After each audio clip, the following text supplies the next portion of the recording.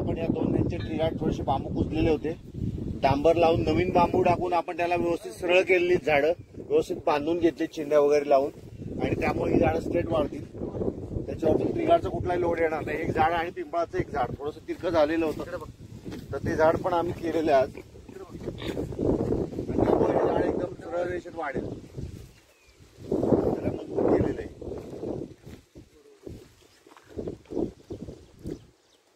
जवळजवळ 8 फूट 9 फूट झाड आहे.